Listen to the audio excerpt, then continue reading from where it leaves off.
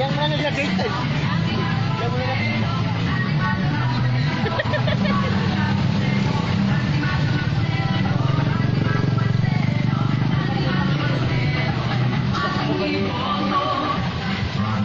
Marcelo, number 9 sa balota, mula sa Kimbistan, kabalikat ng masa, tapat na naglilingkod, kaagapay ng katandaan.